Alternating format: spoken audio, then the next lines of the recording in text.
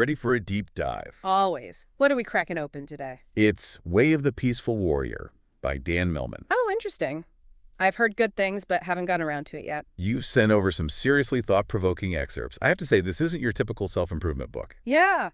How so? We've got gymnasts, late-night gas station encounters, and a mentor who seems to operate on a whole other level. Okay, you've piqued my interest. So where do we begin? Our mission today, uncovering the life-changing lessons woven through this unconventional apprenticeship. Sounds like a plan. Lead the way. Well, right off the bat, it's the student-teacher dynamic. You've got this young, ambitious gymnast, Dan, meeting a mysterious older man, Socrates, at a gas station. At a gas station. Talk about an unlikely setting for profound wisdom. Right.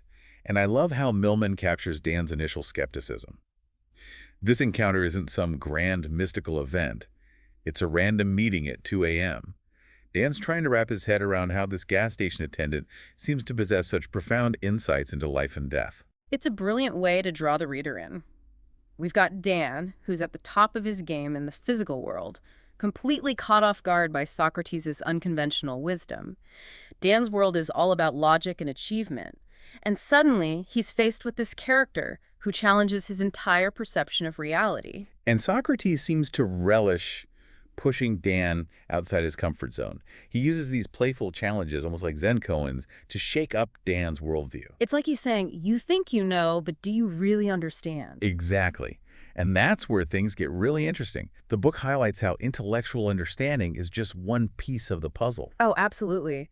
Socrates constantly emphasizes the importance of embodied experience. It's one thing to grasp a concept mentally, but it's a completely different thing to truly embody it, to have it resonate in every fiber of your being. It's like that aha moment when something finally clicks, not just in your head, but deep down in your core. You know, like learning to drive. You can study the rules, understand the mechanics. But until you're behind the wheel, feeling the engine's hum, navigating the road, that's when driving becomes real, lived knowledge. Yes. It speaks to the power of direct experience, of moving beyond theory and into action. And this idea of realization, of connecting deeply with knowledge, seems fundamental to the warrior's path that Socrates guides Dan towards. Absolutely. But it's not just about physical mastery or intellectual prowess. It's about cultivating self-awareness, confronting those inner demons we all carry. And questioning the limitations we often unknowingly place upon ourselves. Exactly. And this is where the introduction of Joy adds another layer to the story. She's this intriguing character who embodies a natural, effortless way of being. It's almost like she represents the very state of being that Socrates is trying to lead Dan towards. You've hit on something crucial there. Joy embodies presence and flow, a stark contrast to Dan's tendency to overthink and struggle. She's a living embodiment of the peaceful warrior spirit. And the book doesn't shy away from depicting Dan's internal battles, the constant noise of his mind that he's constantly trying to silence. That really resonated with me. I think we can all relate to that feeling of mental chatter, the endless loop of thoughts that can keep us from being fully present. So how does this peaceful warrior idea, this concept of mastering your inner world, manifest in the story? One of the most powerful examples is the scene with the monstrous swordsman. Picture this. Yeah. A towering figure, reeking of sulfur, wielding this massive sword. Okay, now I'm hooked. It's like a scene ripped straight out of Dan's nightmares. So what does this swordsman represent? Think of it as a manifestation of Dan's deepest fears and self-doubt, all the negative self-talk and limiting beliefs holding him back. It highlights the internal battle we all face, the need to confront and overcome our own personal demons. So how does Dan eventually overcome this terrifying figure? Does he fight fire with fire? That's where the true essence of the peaceful warrior comes in. It's not about physical dominance or brute force. Socrates teaches Dan that the most important battles are won or lost within the mind. He guides Dan to cultivate presence and focus, to stand firm in the face of fear, and to act from a place of centered awareness, even when the odds seem insurmountable. That resonates so much with what we've been discussing. It's about recognizing that we have a choice in how we respond to challenges, even those that trigger our deepest fears. We can either get swept away by those emotions or learn to meet them with a calm, focused mind. But before we move on to the next chapter of Dan's journey, I'm curious about something. The setting of the gas station, it's such an unexpected place to find such profound wisdom. What are your thoughts on that? It's brilliant, really. It underscores the idea that the path to self-discovery, to enlightenment, can be found in the most ordinary of places. You don't need to retreat to a mountaintop or travel to a far-off monastery to find wisdom. It's about recognizing the extraordinary within the ordinary, the sacred in the mundane. It's a great reminder that life isn't about waiting for the perfect moment or the ideal circumstances. It's about showing up fully present, right here, right now, and embracing the potential for learning and transformation in every experience, even those that seem insignificant at first glance. But of course, Dan's journey takes him far beyond that gas station. Things get really interesting as he grapples with the profound concept of letting go, of expectations, attachments. Even the very things we often believe bring us happiness. It's a central theme throughout his training, wouldn't you say? Absolutely. And one of the most poignant examples of this is the loss of Joseph's Cafe. This place, full of warmth and life, is suddenly destroyed by a fire. It's a heart-wrenching event that serves as a powerful lesson in non-attachment. I can only imagine how devastating that loss must have been for Dan. But I'm also curious to see how Socrates guides him through that experience. That's where we'll pick up when we return. So we left off with this devastating fire that destroys Joseph's Cafe, a place that clearly held so much meaning for Dan. It's a gut punch of a moment in the story, and I'm eager to unpack how Socrates guides him through this experience. What's striking is how Joseph, the cafe owner, responds to this tragedy. He's heartbroken, of course, but he doesn't allow himself to become consumed by grief. He lets himself feel the pain, acknowledge the loss. And then he lets it go. Yes, there's a profound lesson there in non-attachment. It's not about denying your feelings or pretending that the loss doesn't matter. It's about recognizing that clinging to the past, to what was, only creates more suffering. Precisely. Joseph embodies this understanding. He doesn't try to hold on to something that's already gone. Instead, he opens himself to the present moment, accepting the reality of the situation with a sense of grace and resilience. It makes me think of that Buddhist saying, pain is inevitable, suffering is optional. You can't always control what happens to you, but you can control how you respond, how you choose to relate to your experience. Exactly. And this idea of non-attachment extends beyond material possessions or even specific situations. It's about releasing expectations, surrendering the need to control outcomes. And finding a place of peace within yourself, regardless of what's happening around you. That's a tall order, wouldn't you say? Letting go of that need to control, to dictate how things should be. It seems counterintuitive to how we're often conditioned to approach life. It is a practice, a lifelong journey of cultivating inner strength and resilience. It's about developing the mental and emotional discipline to stay centered, grounded in the present moment, even when the world around you feels chaotic and unpredictable. So it's not about becoming some emotionless robot devoid of feelings or attachments. Not at all. It's about learning to experience those emotions fully, without judgment or resistance, and allowing them to move through you. You've got it. Letting go of attachments doesn't mean shutting down your emotions. In fact, it's quite the opposite. It's about embracing your full human experience, allowing yourself to feel the full spectrum of emotions, joy, sorrow, anger, love, without getting swept away by them. It reminds me of that scene where Dan finally breaks down and cries in front of Socrates in joy. He's been trying so hard to maintain this image of strength, to keep his emotions in check. But it's only when he allows himself to be vulnerable that he can truly connect with them. That moment beautifully illustrates the transformative power of authenticity. True strength lies not in suppressing your emotions, but in honoring them, even the messy and uncomfortable ones. It's about having the courage to be fully yourself, without pretense or masks, and allowing others to see you, truly see you, in all your human complexity.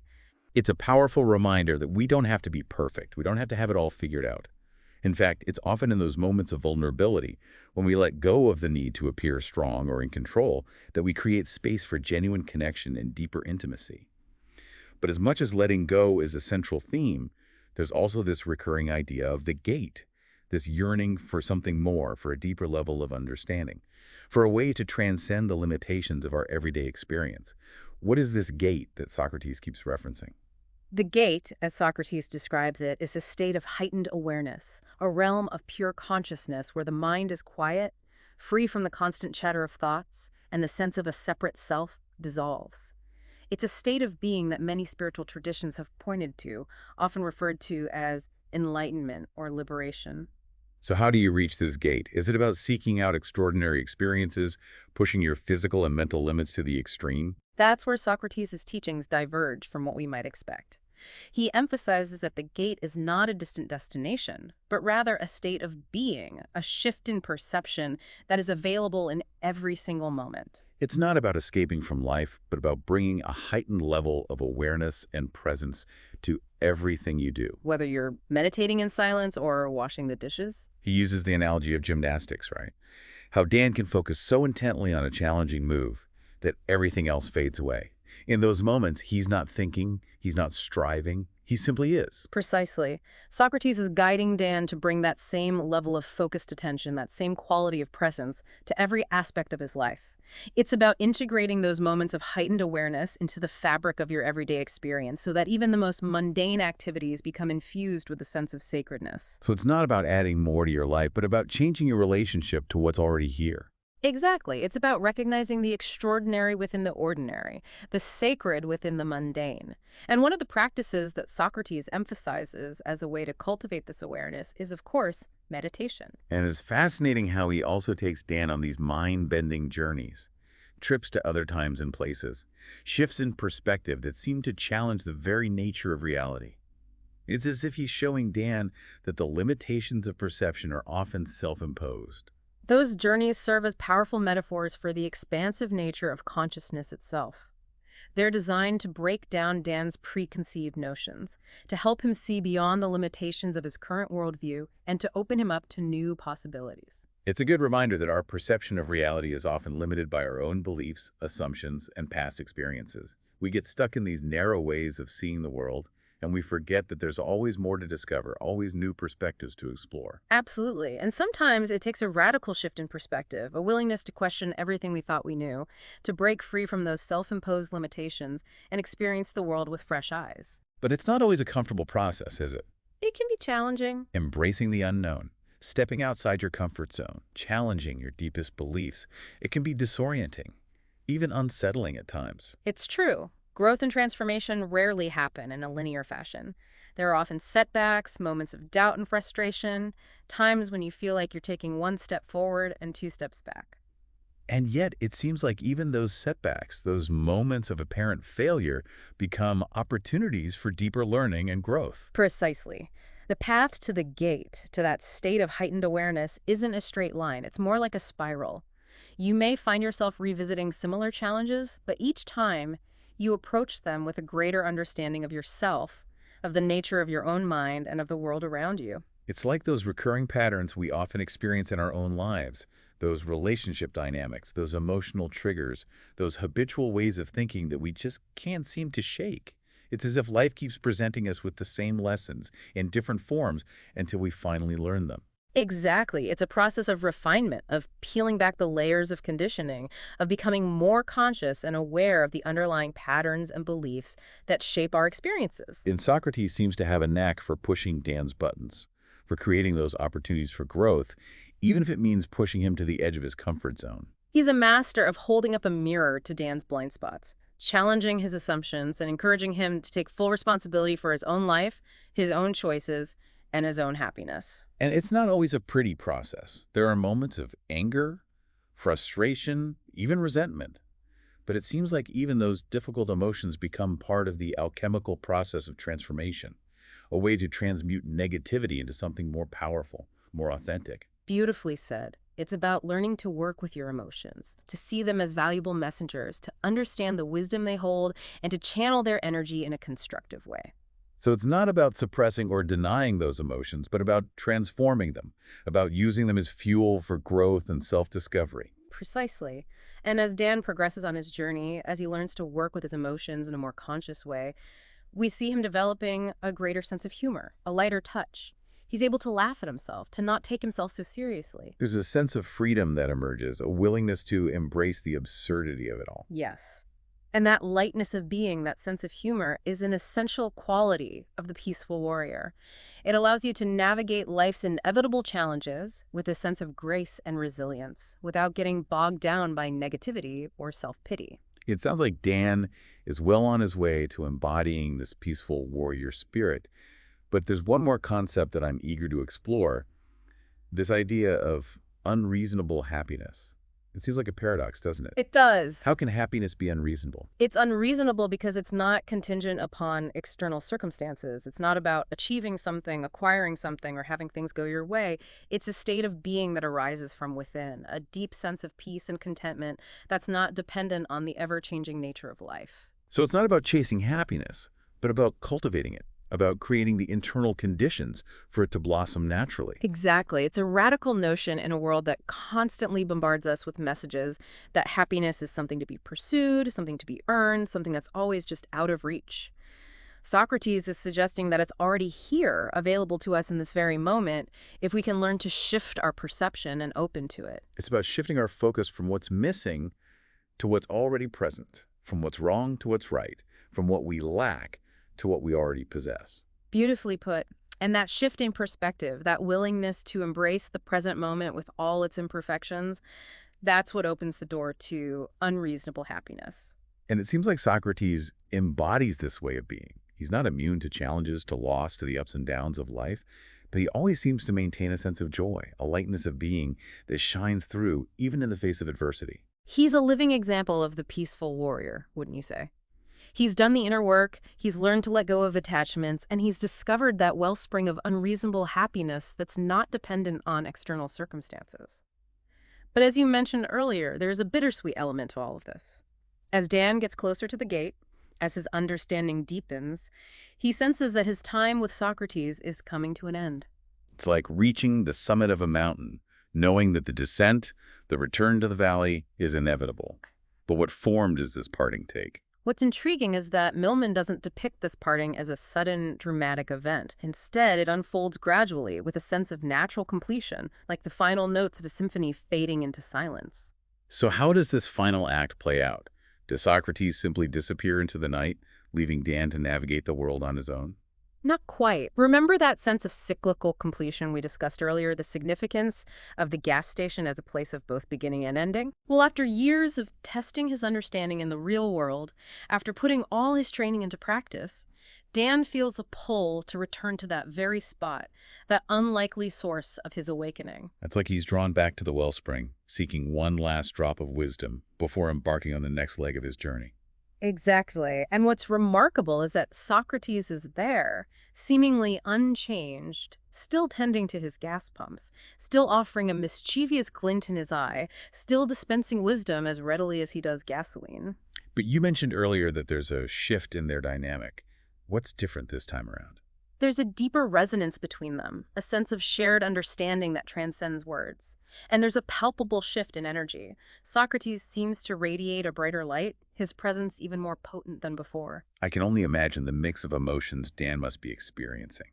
Gratitude for the teachings, sadness at the impending separation. And perhaps even a touch of apprehension about navigating the world without his mentor's guidance. And it's in this charged atmosphere that Socrates offers Dan a final, extraordinary gift, his personal journal, filled with intimate reflections and insights that he's never shared with anyone.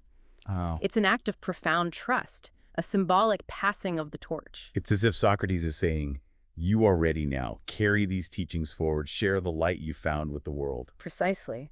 And then with a quiet simplicity that underscores the profound nature of their bond, Socrates walks into the gas station bathroom and disappears. It's a powerful image, isn't it? This sudden vanishing, this dissolving into thin air, speaks to the transcendence that Socrates embodied all along. It's as if he was never truly bound by his physical form, by the limitations of time and space.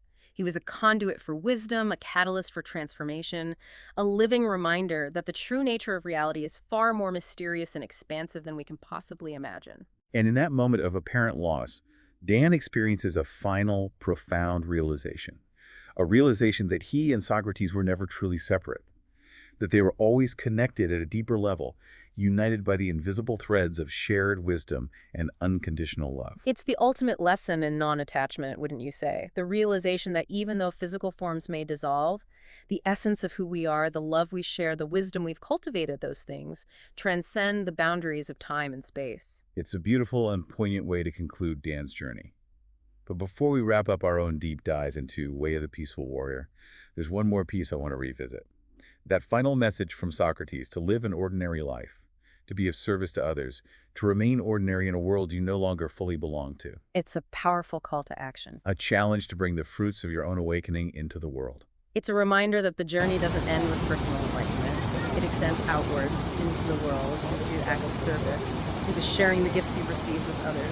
So, as you reflect on Dan's incredible journey, how does it resonate with your own life? Perhaps it sparked a curiosity to explore your own inner landscape, to question your assumptions, to challenge your limitations, and to embrace new possibilities.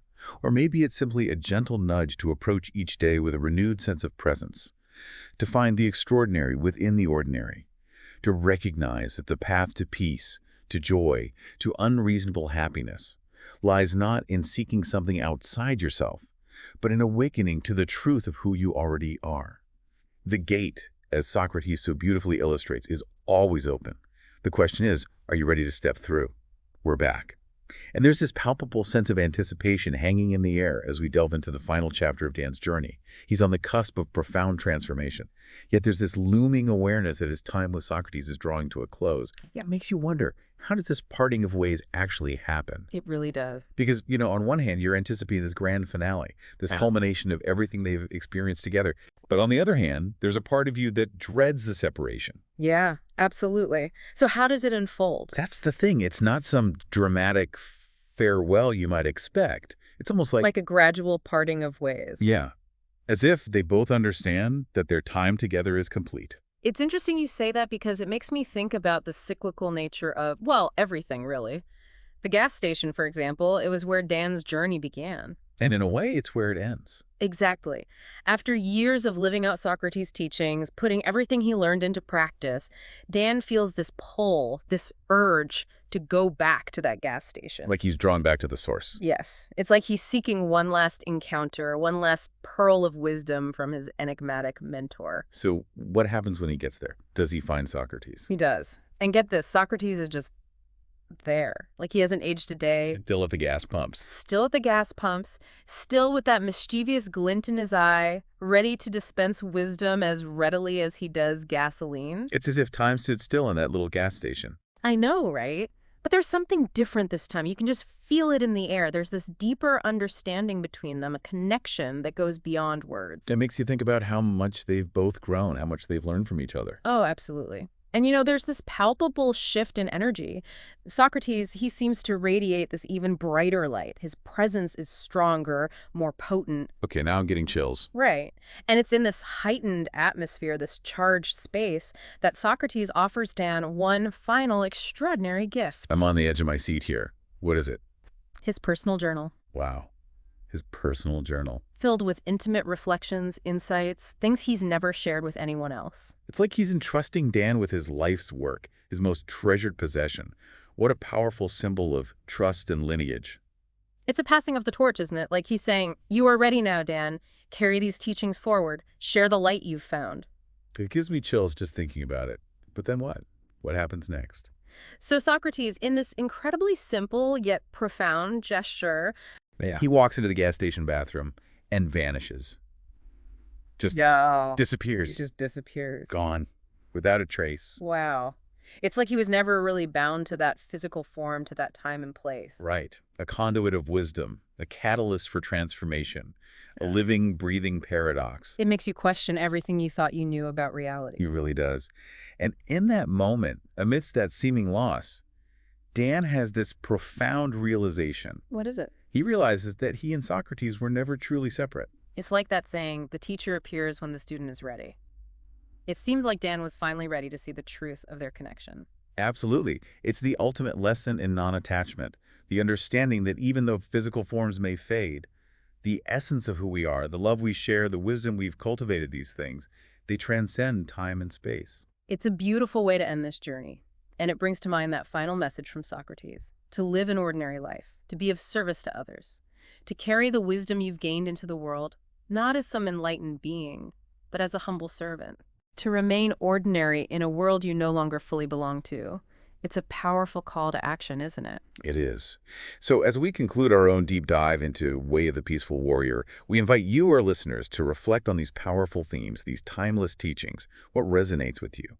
How might you integrate these insights into your own life? Perhaps it's a renewed commitment to presence, to embracing the present moment with open arms, or maybe, just maybe, it's the spark of courage to embark on your own journey of self-discovery, to seek out your own Socrates, to find your own path to the gate. Whatever your takeaway, we hope this deep dive has left you with a sense of wonder, a thirst for knowledge, and a heart full of possibility. Thanks for joining us.